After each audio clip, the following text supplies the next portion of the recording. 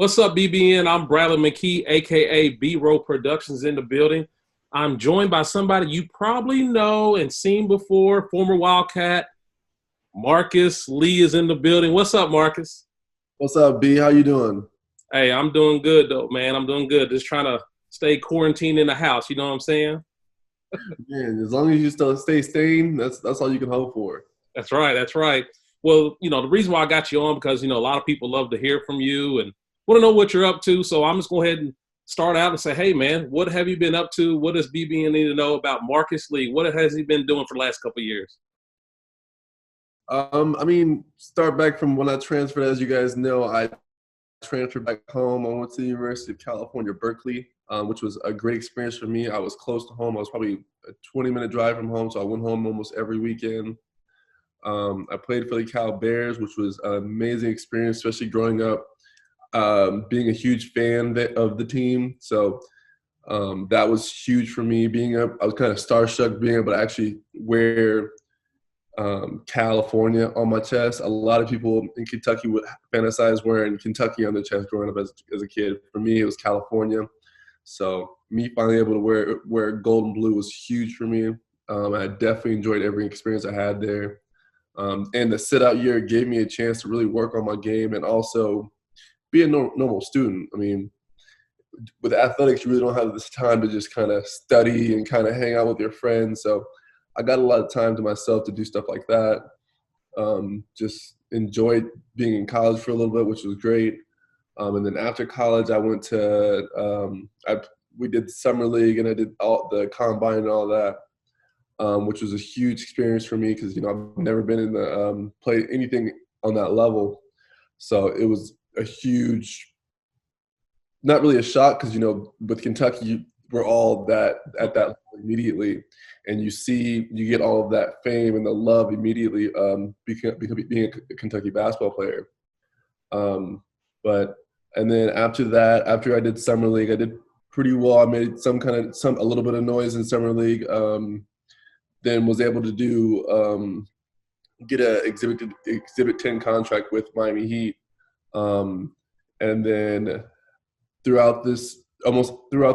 played 6 games during the preseason, and I think it was at the third game I had a really great game, and at the third game we had a round of home games. We went home. I got my knee checked out because my knee was hurting a little bit, and then when we got back, they told me I was done for the season. I had to have knee surgery. Never had surgery on anything ever, so didn't really know how to take it or what to feel about it. So I was confused because at that moment I felt like I was doing great. I was able to at that time I was going to be able to stay on the NBA roster team, stay with the Miami Heat. But after the knee surgery, kind of changed my next adventure, and it was a little bit different for me. Being able to sit out and not do anything. I couldn't walk for the first 2 weeks, couldn't jump for the next almost 3 months. So it was weird for me not being active, couldn't do anything. But so you had to find a way to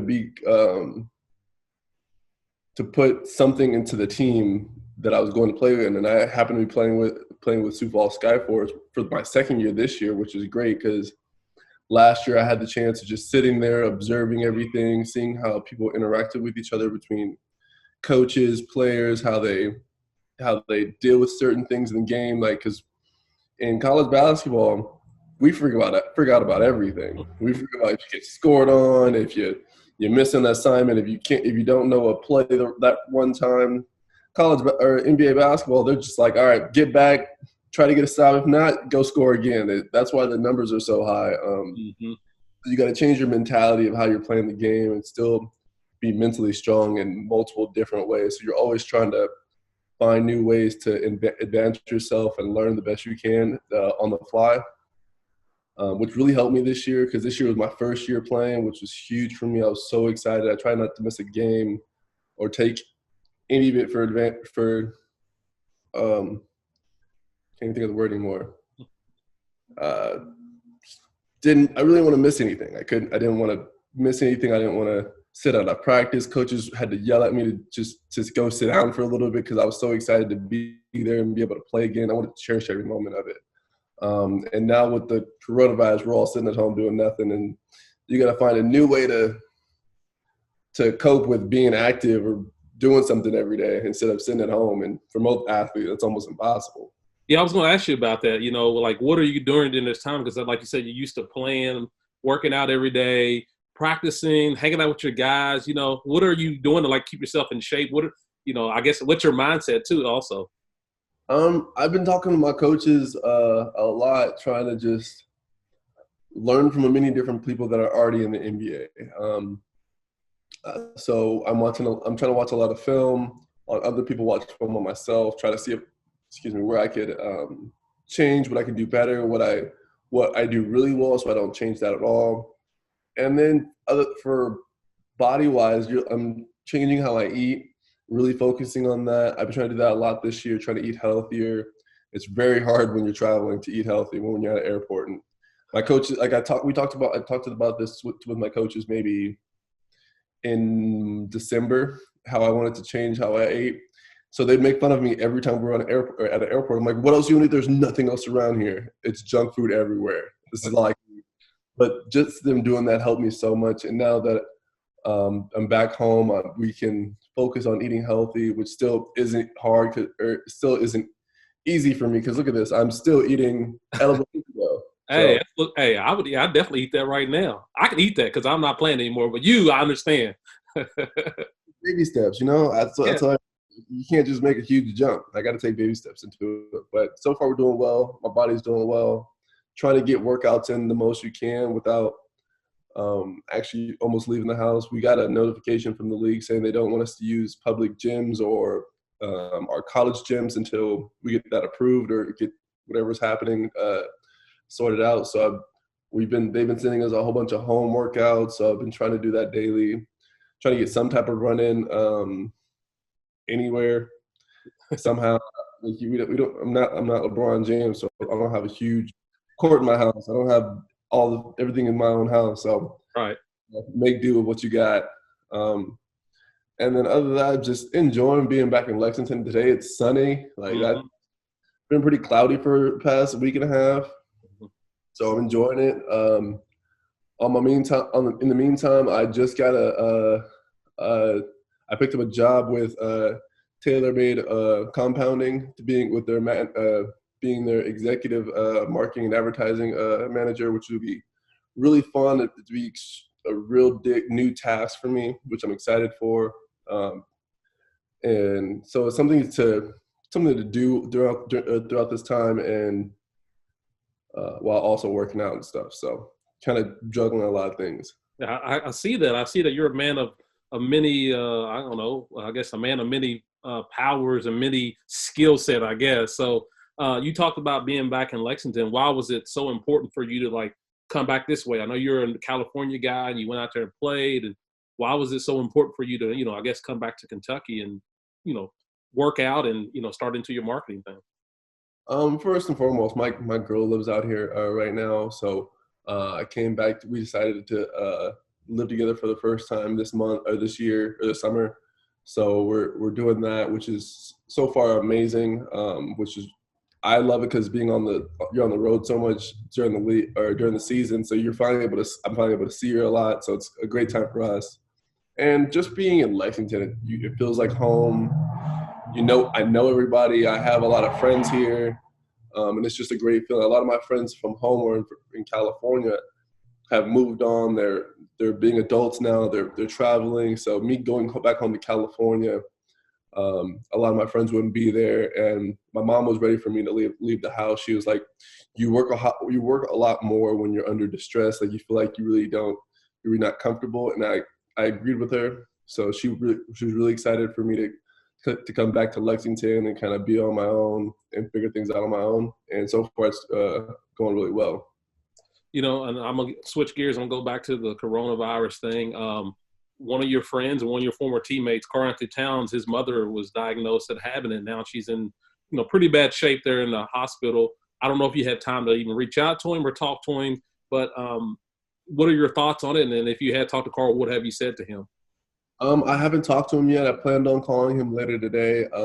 I've just been busy getting some work done and getting the house situated throughout the day. But it was hard hearing that about him, because if anybody's met Karl, you've met his parents, and they've got the biggest hearts in the world. They're so caring. They've asked me to dinner multiple times. When I'm flying around anywhere their games, he's always like, "Oh, come to the game. I'd love to see you." Like, he's always the one person that keeps in contact with everybody. And just to show how much people cared about him, I got phone calls from my mom, my brother, and a couple of teammates immediately when people started posting about it. I got calls at like 6 a.m., 5 a.m., early in the morning, like, "Hey, have you talked to Karl? What's going on? Blah blah blah."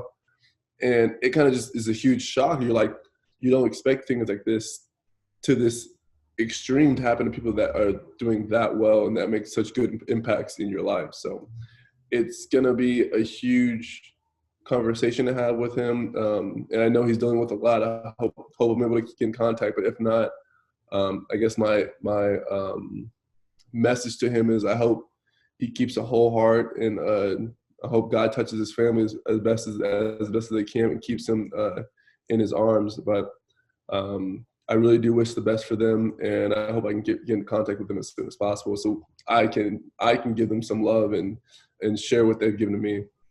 Yeah, I know. I wish the best for him. That's really a so unfortunate situation, and you hate to see that, especially when somebody you really know, it really impacts you. You know, you start to sit around and think about, man, that could have been my mother or anything like that. So you kind of have that, you know, going through your mind and your heart. But speaking of, you know, with Karl, and you played with him on that team, let's talk about that 2014-15 team, which I was able to cover and follow you guys. Man, that was a special team. And going through that whole season, what was it like? Because you had tons of characters on there: Willie Cauley-Stein, Poitras, Dakari, Tyler, the twins. Like, you go down the list, man. Karl, Trey. It was just a crazy team. Just talk about that team and why were you guys so special, I guess. I mean, I think we were so special because we had all the good traits. We had traits of trust. We trusted each other. Most of us that year have been together for multiple years. We were all great athletes and great players, also as great teammates. We really cared for each other, and we just had fun throughout the year. Most people saw the atmosphere. There's even in all the pictures that are there, we're all joking, laughing, smiling. We're just having fun all the time, and that's what I really think is a big thing for great teams. When you see a lot of teams that are doing great in the NBA or doing great in college, they're all players that, yeah, they're great players. They had great players, but they also connect well. They're always having fun. Most of the pictures and videos from North Carolina, say, you know, Kentucky fan, but North Carolina people, their coaches walking in, they're jumping around, doing dances, and I think that's what makes teams great. That's what connects teams, and I think that's what pushes people to the next level, is that connection. And we definitely had it as a team. I feel like definitely out of all of my teams that I've ever been with, we connect the most, we talk the most. You see from down to 1 through 15, you see almost every birthday. Everybody's getting a boatload of birthday messages from all of us. We stay in contact. If you're overseas with one of another, you go out and eat with them. A lot of them saw me this year. I've been with Tyler Eulis in some of the games where he was playing with Golden State for a little bit after his surgeries. The Harrison twins. I told you I was with Michael Mulder on my team this year. So just being with Kentucky in general, you have that automatic brotherhood with people, even if you've never been with them. Like, I could walk up to Anthony Davis or DeMarcus Cousins and they're like, "Hey, cool. No matter what you got, I got it. It's on me." And that's that brotherhood that you automatically connect with. Even I could play with people that I've never seen in my life, and they'll give you that head nod, and you're like, "Cool, we've got that." You got that automatic feeling towards each other, like, "All right, I respect you. I know what you've been through because I've been through the same thing. I know what you can deal with."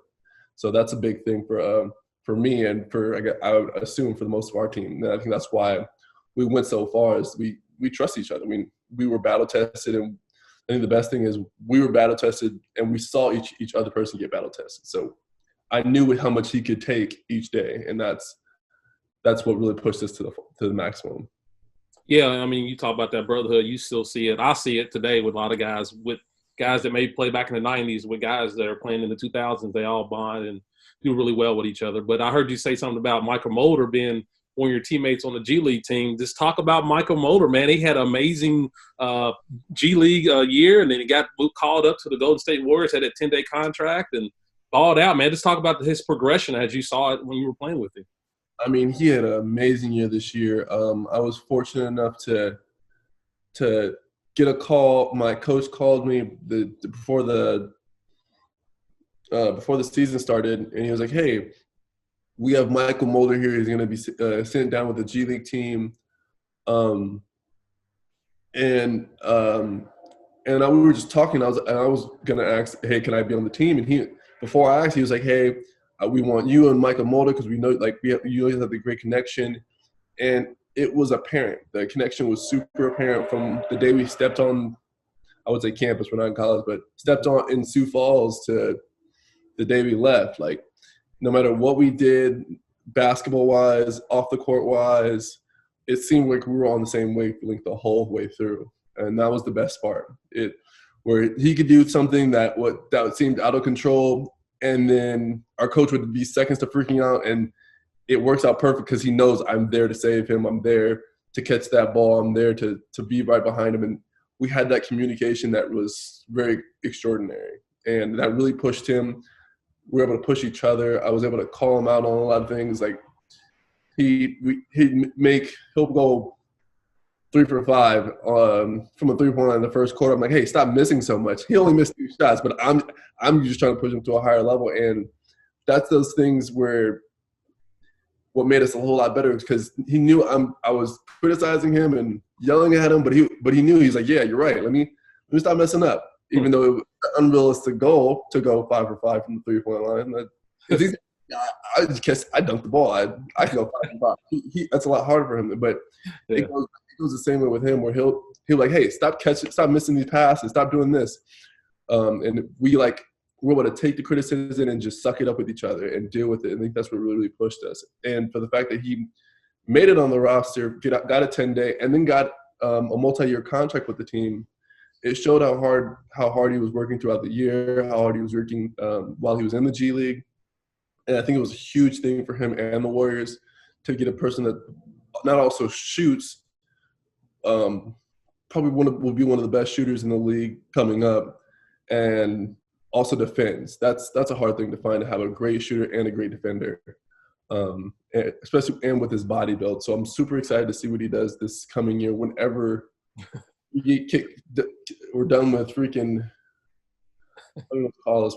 What's it called when you're a child and your mom makes you stay in your room? Timeout. Yeah, we're in timeout right now. Timeout. Yeah. No, that's definitely hard and tough, and it shows a lot that guys that come to Kentucky, I feel like they have that extra drive, that extra, because everybody thinks it's always easy to come to Kentucky, but no, Coach Cal works you. You have to work hard. You have to earn your spot, and so it was really good to see Michael Mulder, advance and try to get his dream come true and be able to play in the NBA with something special. You had the opportunity to come back last summer and play in the TBT, the Bluegrass Boys, and that was kind of like your first time come back, seeing a lot of the fans, see a lot of the, I guess, UK administration, all the people on campus that you encounter with. Just talk about that experience of being able to play on the TBT team. I think it was kind of just a way to give back to Kentucky. I love this place so much, and I know a lot of people took it hard for me transferring, and I just wanted to show them that it was nothing but love. And how much I actually truly love this place and love Kentucky basketball and University of Kentucky. And I think that was it wasn't so much winning a whole bunch of games. It wasn't making a name for myself with that tournament. It was more me giving back to the place that gave me so much love. And that's all that truly was. And if we get the chance to play basketball this summer, I'm debating doing it again. But that's just one thing. It was just extremely fun for me. We were supposed to have Dom with Derek, which I'm going to see Derek later today. Keely literally just called me like seconds ago, so you're lucky. I blocked Keely for you. Thank you. I mean, it's it was something enjoyable for me to do and just give back to the people that gave some love to me. Yeah, no, I had fun covering it. I know that it wasn't the outcome that most Kentucky fans would want it, but I think it was good for people to see you, Dom, all those guys that played on the team. I think Mark Krebs was help coaching Wayne Turner. It was really awesome to see, but that was pretty cool. I got to ask you, what are you doing? I know you're quarantined in the house, but what's on Netflix or Hulu? What are you watching? What are the shows to go to when you're stuck in the house with Marcus Lee? Man, there's a lot of Bones. Have you seen the TV show Bones? I'm watching a lot of Bones right now. I just finished Birds of Prey minutes before you called me. Mm-hmm. We've been watching, what's it called? Have you saw the documentary? It's called Nothing. What? I haven't watched that yet. I'm thinking that'll be a good one. Yeah, it's pretty crazy. The Prodigal Son. Oh, The Prodigal Son. Oh, okay. Okay. Gotcha. It's about this guy's a serial killer, and his son sees him get arrested and everything, and he ends up being, working for the FBI, and ends up being like catching other serial killers and uses all of the knowledge that his dad gives him. So it's very crazy and hectic, but it's a great TV show, and we've been addicted to it since. Good. Hey, man, I'll tell you what, there's a lot of Netflix going on in my house right now, Hulu, Amazon Prime, all that. The kids have been watching all kinds of stuff. I've been trying to catch up on stuff. I watch stuff I've never even seen before just because I'm so bored, So just downloaded and ready. Like, we've been watching nonstop stuff over and over while working. We've been doing puzzles and stuff just to do something, doing a lot of cooking.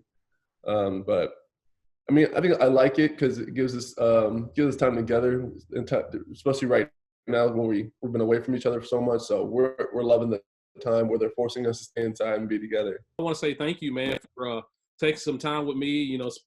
Tell me about some of your stories, and I wish you luck. I hope you make it to your dream, the NBA, if that's what you want to do, or stay in the gym, whatever you need to do, man.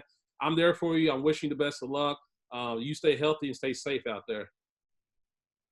Yeah, you too. I always love hearing from you. So you always got my number. Call me whenever you need. Cool. Thank you, Marcus.